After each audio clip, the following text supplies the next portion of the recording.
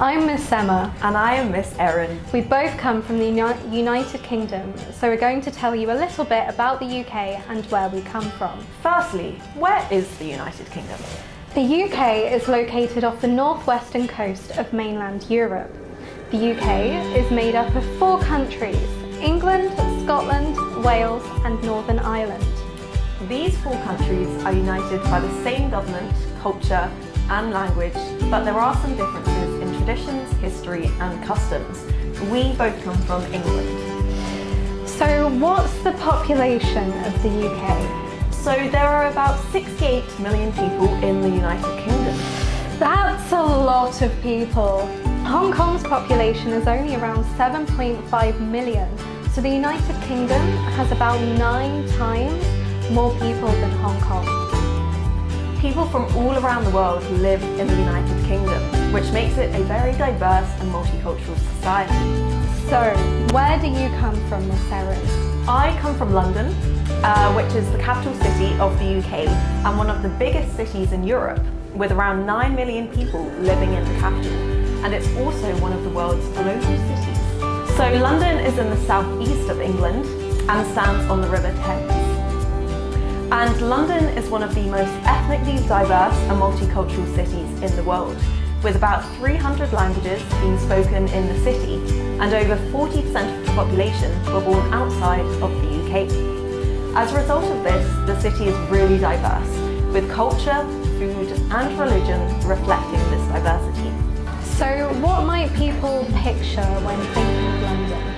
So here on the screen are some places and things that are popular symbols of London, and tourists are always really excited to see them when they come and visit.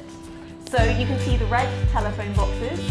These are found on street corners across London, and in the past people would frequently go to the telephone boxes to make phone calls. However, nowadays they're used more for decoration, as community libraries, or have other uses. Buckingham Palace, you can also see here, is a symbol of the British royal family. The King sometimes stays here. Official ceremonies take place at the palace.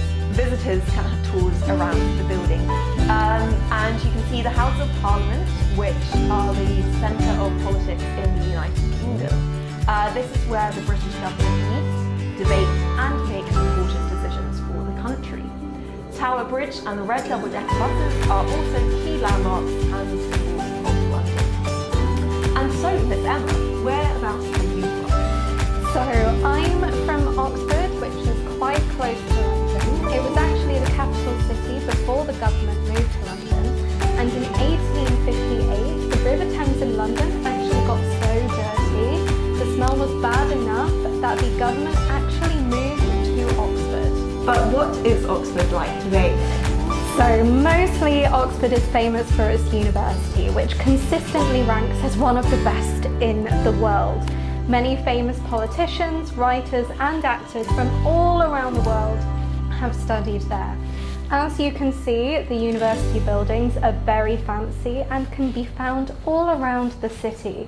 Some buildings are even in the Harry Potter movies, such as the Great Hall and Hogwarts Entrance Hall.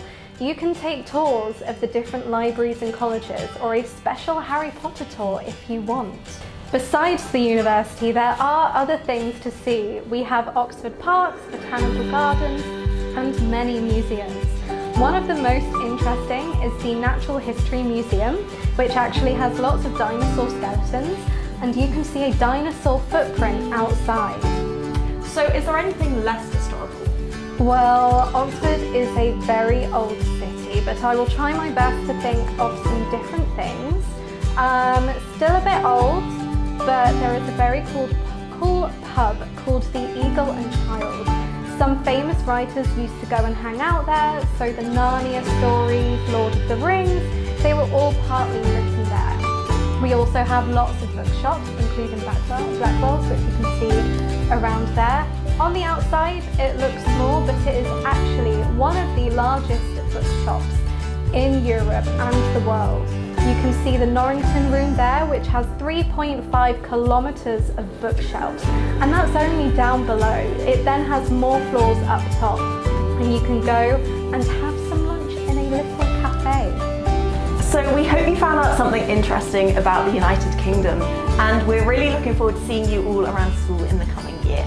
We hope to see you at our lunchtime and after school activities too, particularly Wednesday Cafe on Wednesday lunchtimes and board games during Thursday lunchtimes with Miss Erin. You can drop in whenever you want. And that's in the Global Lounge. And also please come and chat to us during recess when we'll be on a different floor every day. Bye. Bye.